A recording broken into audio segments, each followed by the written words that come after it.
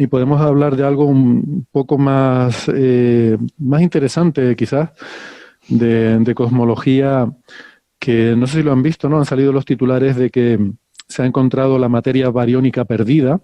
De nuevo se ha vuelto a encontrar la materia perdida, ¿no? La De materia nuevo se bariónica ha vuelto a perdida. encontrar, sí. Que parece que empezamos a tener ya claro por dónde anda esa materia bariónica perdida y que está fuera de las galaxias, ¿no? En el gas intergaláctico. Pero bueno, esto es como lo del agua en Marte, ¿no? Que se anunció muchas veces, se encuentra agua en Marte, ¿no? Y como decimos siempre, y bueno, en fin, se puede hacer cierto cachondeo con eso, pero es verdad que cada noticia y cada descubrimiento es una cosa diferente y es una cosa interesante y que tiene su relevancia, ¿no? Esta noticia que ha salido está relacionada con 3 papers que han salido juntos en Monthly Notices of the Royal Astronomical Society y son por investigadores españoles. Así que, de hecho, uno de ellos, Carlos Hernández Monteagudo, es un investigador, bueno, es un compañero nuestro aquí en el IAC que sacó su plaza el año pasado. Un investigador, bueno, relativamente joven, ¿no? Que acaba de sacar su plaza, pero con una trayectoria, la verdad, que muy buena, muy brillante. Y estos... Carlos es el primer autor de los 3 artículos. Sí, bueno, no, creo que hay uno de... Ah, mira, está por aquí Alberto intentando volverse a conectar. Ah, sí, hay uno en que es segundo autor, ¿vale? Sí, sí. Sí, hay uno que es segundo autor, que el primer autor es Jonás Chávez Montero, que está también en los otros artículos. Y bueno, los 3 artículos están relacionados porque en uno de ellos se presenta una técnica observacional que es esto de las fluctuaciones de...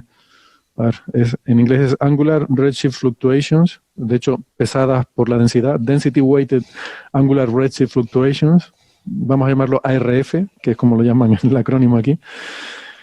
Y es una forma de caracterizar en estos grandes cartografiados de galaxias, en los que tenemos mucha información, tenemos espectroscopía de la galaxia y podemos ver su desplazamiento al rojo, pues hoy en día tenemos muchísima información, tenemos grandes cartografiados, millones de galaxias básicamente, que podemos conocer, entre otras cosas, su desplazamiento al rojo. Y se trata de construir mapas de...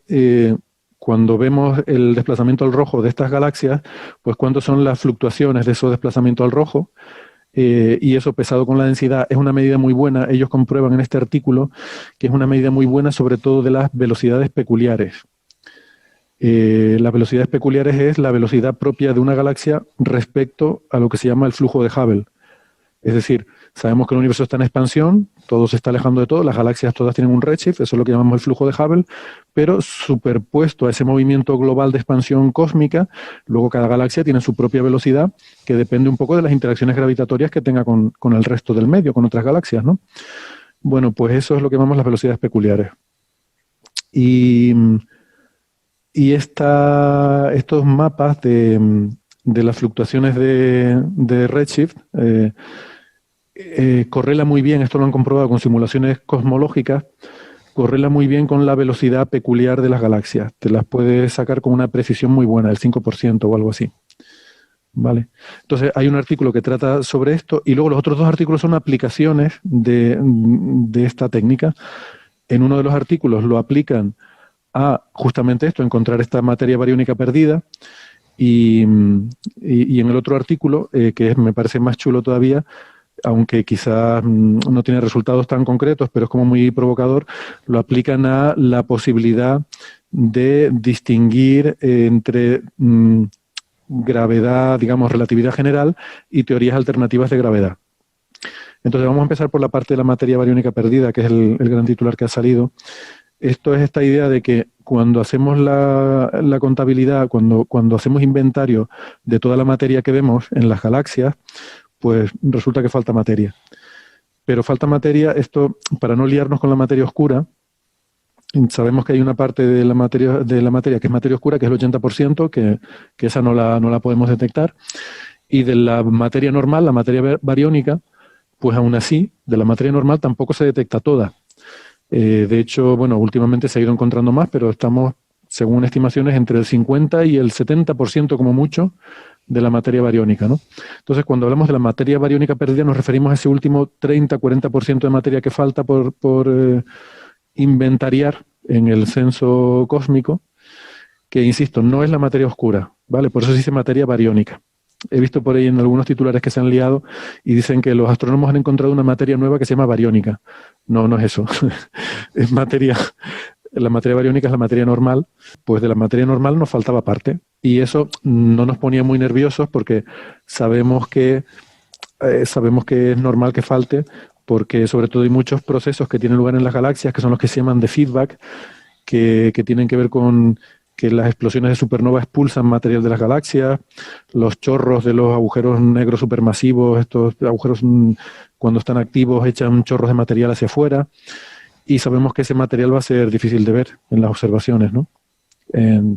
Y además las simulaciones tienen dificultad con eso. El mayor problema que tenemos con las simulaciones cosmológicas ahora mismo es con eso, es lo que llaman los procesos de feedback, que es eso, cómo las galaxias, digamos, sobre todo cómo las galaxias escupen material. Ese tipo de procesos no los conocemos bien, y no solo no los conocemos bien, sino que es difícil meterlo en las simulaciones porque nos obligaría a ir a una resolución espacial y temporal que no tenemos. En nuestras simulaciones las galaxias son puntos de miles de estrellas y no podemos estar con demasiada metiendo ahí física muy detallada sobre cómo interactúan entre sí y qué les pasa a esas estrellas, ¿no? Entonces, bueno, esa parte es la parte donde más simplificaciones se hacen para poder hacer simulaciones que, por otra parte, ya son muy alucinantes. O sea, estamos simulando el universo entero o grandes volúmenes cosmológicos a lo largo de escalas de evolución de miles de millones de años, ¿no? Y es una cosa muy impresionante. Y ves cómo forman galaxias, cómo forman estrellas, todo ese tipo de cosas queda muy bien reflejado en las simulaciones, ¿no? Ya las simulaciones apuntaban en esta dirección de que bueno, no sé, estoy hablando mucho, no sé si ustedes quieren intervenir y decir algo sobre lo que estoy diciendo. Vale, pues sigo introduciendo el tema y luego si quieren ya debatimos más. Ya las simulaciones apuntaban que estos efectos de feedback deberían estar escupiendo mucha materia que debe estar fuera de las galaxias, ¿no? Y que ahí puede estar esa materia bariónica perdida. Hace unos años empezaron a salir artículos en los que se hablaba del efecto Sunyaev-Seldovich, que es un efecto muy interesante, les hemos comentado aquí alguna vez, sobre todo en cosmología viene muy bien, y bueno, sobre todo se distingue, bueno, el efecto Sunyaev-Seldovich es básicamente una interacción entre los fotones y las partículas del medio. Cuando tenemos fotones del fondo cósmico de microondas que vienen viajando hacia nosotros y esos fotones vienen desde el origen del universo y de repente pasan por un sitio donde hay muchas galaxias, pues a veces se producen interacciones entre esos fotones y el material, sobre todo con los electrones libres. Pueden ocurrir que un electrón interactúe con un fotón del fondo cósmico de microondas y le dé energía.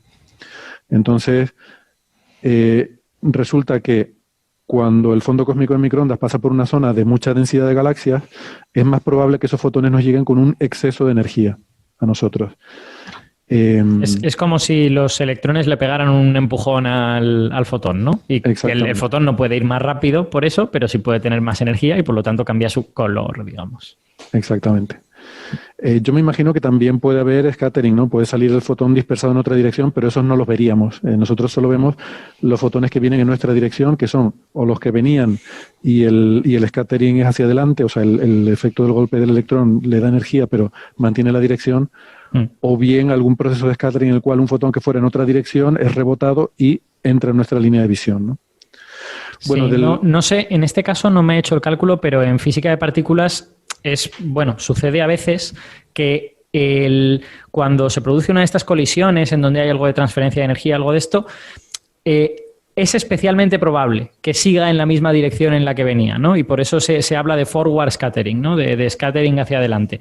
Porque intuitivamente a veces pensaríamos, hombre, si algo choca con algo, la dirección final, ¿no?, tendrá que ser aleatoria, ¿no? Pues bueno, dependiendo de qué tipo de partículas estemos hablando y cuáles sean las propiedades cuando chocan, en ciertos casos puede ser lo más probable que salga para adelante, pero con alguna de sus propiedades cambiadas. No sé si es el caso aquí, pero es posible que sí. Es posible. Yo confieso que tengo dificultades con esas cosas porque los que pensamos en bolitas Exacto. nos cuesta visualizar estos procesos, ¿no? Por eso...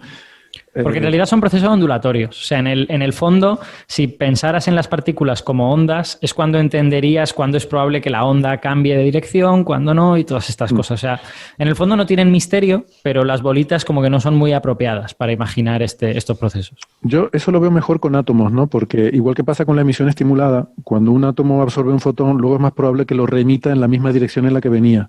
En el caso de la emisión estimulada, tú tienes un átomo excitado, es más probable que emita en la dirección dominante de la radiación en la que está sometido. Y eso con un átomo es como más fácil de ver intuitivamente, y no sé muy bien por qué, porque ahora lo estoy pensando y digo, ¿por qué si un átomo absorbe un fotón proveniente de una cierta dirección, se acuerda de esa dirección y luego lo escupe preferencialmente en esa dirección? Pues no tengo ni idea de por qué, pero... En realidad, en el caso de la emisión estimulada es porque nunca hay un solo fotón. O sea, en realidad lo que tienes es el campo electromagnético está propagando energía en una cierta dirección, pues podrías hablar del momento que posee ese campo electromagnético que apunta en una cierta dirección. Entonces, el átomo siempre tiene input de lo que el campo electromagnético esté haciendo. No es un solo fotón y ese era su único input, sino que hay todo un campo electromagnético alrededor de ese fotón en concreto que está, digamos, dando información al átomo de cómo están las cosas. Sí, ese es en el caso de la emisión estimulada, efectivamente. Tienes todo un campo de radiación alrededor, sí. Pero estaba pensando en otro caso, en un caso, lo que llamamos scattering coherente. No sé si es una terminología que igual usamos en astrofísica y a lo mejor... No, a mí no me suena. A mí eso de coherente siempre me suena a óptica y los físicos de partículas no sé si lo usamos mucho. No estoy seguro. Eso, no sé cuánto específica es la notación, pero hace referencia a un proceso en el cual el átomo se excita con un fotón que viene a una determinada frecuencia, en una determinada dirección, y luego la probabilidad de excitarse es, bueno, y se desexcita luego emitiendo a esa misma frecuencia en esa misma dirección del fotón incidente. Eso se llama un proceso de scattering coherente. Y bueno, pues tiene cierta probabilidad de ocurrir.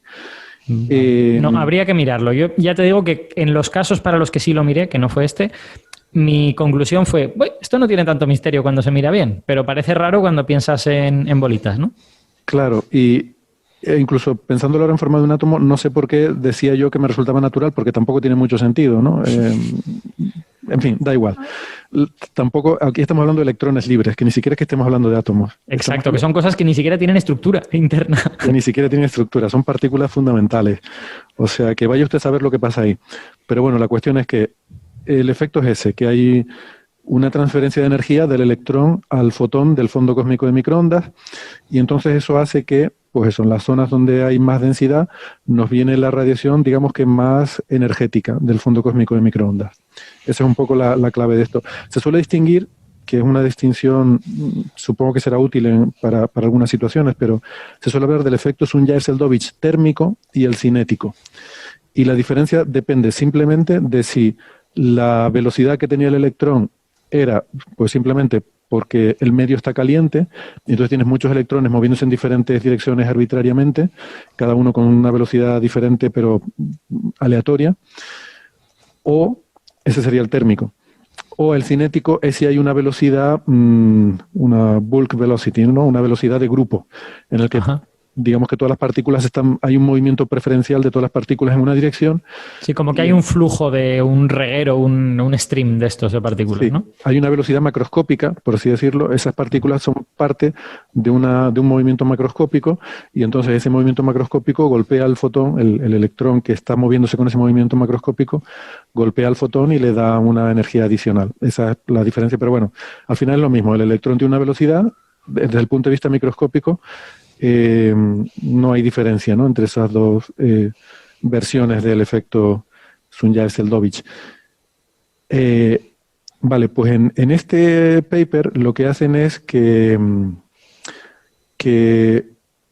buscan correlaciones entre lo que decía antes, esas fluctuaciones angulares del redshift, y los mapas del fondo cósmico de microondas para buscar el efecto Sunyaev-Seldovich. Es algo que ya también se había hecho en otros artículos anteriores, pero aquí lo hacen con grandes cartografiados que cubren un volumen cosmológico muy grande, llegan hasta z igual a 5, de z igual a 0 a z igual a 5, que eso, para que se hagan una idea, z igual a 5 es cuando el universo tenía 1.000 millones de años.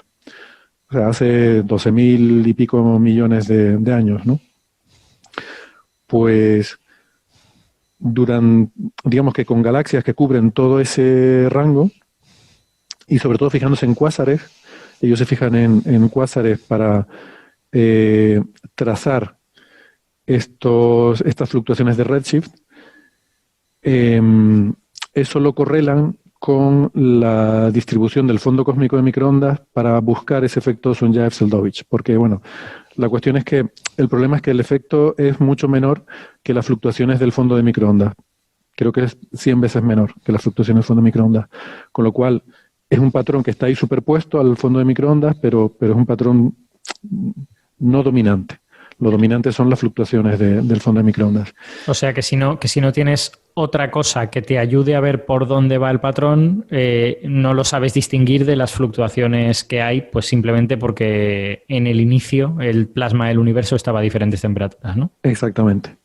Y de hecho, el tema es complejo porque además resulta que las distribuciones espaciales son parecidas, porque al final lo que tú tienes en el fondo de microondas es que las zonas más calientes son las zonas donde hay más densidad de materia y también es donde tú esperas tener mayor efecto Sunyaev-Seldovich.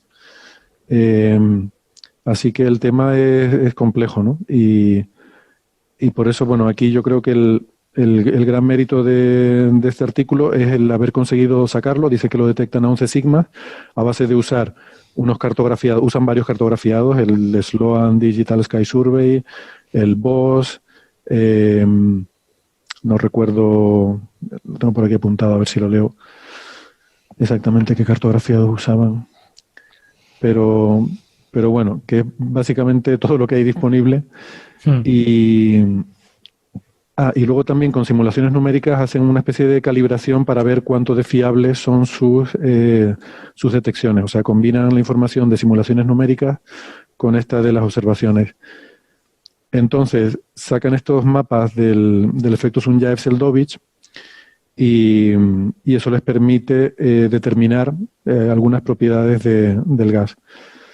La verdad es que los detalles no los he estudiado porque eran 3 artículos y no me dio tiempo de leerlos en detalle los 3, así que los miré solo un poco por encima. No sé si a lo mejor Francis los ha mirado más, pero lo importante es eso, que sacan estos mapas del efecto Sunyaev-Seldovich y eso les permite determinar propiedades del gas y descubrir que una parte importante, que además se corresponde con la fracción que necesitan, la fracción que falta de materia bariónica, esa fracción está fuera de la galaxia, en el gas intergaláctico.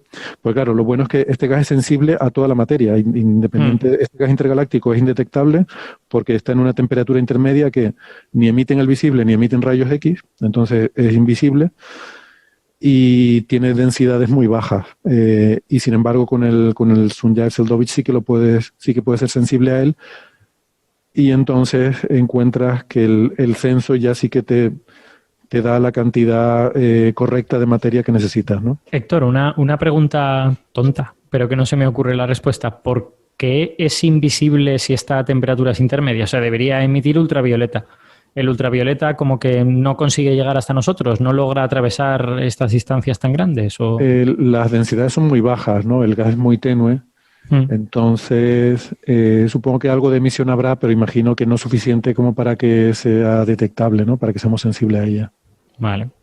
No, en principio no. Yo me he leído un poco por encima los artículos. La verdad es que la parte técnica pues está bien comentada, pero tiene muchísimos detalles y no me ha dado tiempo a digerirlos de forma adecuada, ¿no? Estos son lo contrario de los que hablábamos antes, ¿no? Esto es un artículo de esos con mucho contenido muy grande. Por cierto, son artículos que además están en la versión de preprint está desde 2019, desde noviembre de 2019 que se envió la primera versión y acaban de salir publicados ahora. O sea que deben haber tenido su bastante proceso de todo el proceso de refereado y demás. Y acaban de salir publicados ahora, como digo, pero llevan bastante tiempo en el horno. Sí. Y eso, el artículo del que estamos comentando es el que propone esta nueva técnica, y entonces, pues claro, se compara, se trata de ver que la técnica es buena y se compara con resultados de simulaciones. comentan, por ejemplo, que no tienen simulaciones hidrodinámicas, cosmológicas hidrodinámicas suficientemente grandes como para ver este tipo de efectos y que tienen que utilizar simulaciones de tipo multicuerpo, de tipo gravitacional, y después lo comparan también con cartografiados galácticos y parece que la técnica se ve que es fiable y eso les permite usarla en los otros dos trabajos, ¿no? Para buscar materia bariónica perdida en esos grandes filamentos, en esas grandes estructuras de la web cósmica, que es donde desde hace 20 años se cree que tiene que estar esa materia perdida, pero que una cosa es creer que está ahí y tener ciertos indicios. Hemos visto un filamento. Recuerdo un artículo de Trujillo, así que hablaban de que habían encontrado materia bariónica perdida en un filamento de Trujillo, ¿o no? ¿Recuerdas esto? El de la luz intraacumular, pero ese era de trazadores de materia oscura, me parece, ¿no? O no de materia oscura, pero bueno, es parecido. Sí, o sea, en los últimos tiempos sí que hubo un trabajo de analizar la cantidad de materia que había utilizando fast radio bursts de estos. Sí. Porque cuanta más materia haya, más se esparcían las frecuencias, ¿no? Y eso la relación sí que de dispersión. Exacto. Sí que les permitía estimar, la estimación que encontraban era compatible con la cantidad total de materia, incluyendo la que no podemos ver. Lo que pasa es que creo que ahí las incertidumbres eran grandes. Esto es una detección con muchas sigmas, por lo tanto creo que está muy bien. Sí, bueno, aquí hablaban de 11 sigmas para detectar el efecto, o sea, la correlación entre para el efecto, no para los ARF variones. y la Surnayev-Seldovich. Vale. Pero después para el tema de la materia oscura sí tienen incertidumbres mucho más grandes, tienen incertidumbres grandes. O sea, materia oscura, los resultados no, pueden estar entre el 30 y el 80%. Caemos inconscientemente en decir siempre, es que has dicho materia oscura, Francis. Perdón, he dicho materia oscura, no, materia bariónica perdida. Claro. Y es que esa incertidumbre son la razón de que este tema reemerja una y otra vez, ¿no? Yo tengo la sensación de que hemos hablado de materia bariónica perdida, no sé, igual en los últimos años 3 veces o algo por el estilo. Y es porque son diversas técnicas, pero ninguna de ellas termina de cerrar la cuestión porque todas tienen incertidumbres grandes y tal. Entonces, claro, cuando varias técnicas apuntan todas en la dirección de que sí que está esa materia que no podemos ver, pues parece que sí que estará. Pero hasta que no haya una que de verdad lo detecte muy bien y lo cierre, pues seguiremos dando la misma noticia una y otra vez, como el agua en Marte. Sí, pero eso se resolverá en su momento, en un futuro muy lejano, cuando se decida qué técnica es la buena, se instale en un satélite especializado en eso y se lance como telescopio espacial para detectar este tipo de cosas. Yo digo, el artículo está bien, o sea, se leen bien, pero eso tiene muchos detalles técnicos y como pasan muchos artículos científicos, como están siempre tratando de poner los pies en suelo muy, muy firme, se hace pesado el que te estén constantemente como tratando hemos comprobado que funciona, pero espera un segundo que todavía falta algo por comprobar, falta esto otro y ahora falta también esto otro y te van así como comprobando muchas cosas y al final llegas a la sensación de que, claro, que como que te han guiado mucho y de que puede que haya trampas ocultas, cosas que tendrían que haber hecho y no han hecho, pero por tu inexperiencia, por tu falta de expertizaje en el tema, pues no te das cuenta de que falta, tienen que haber comprobado también tal cosa, ¿no? Lo mismo, algunas de estas cosas que comprueban se las sugirieron los revisores y por eso ha tardado tanto tiempo en ser aceptado.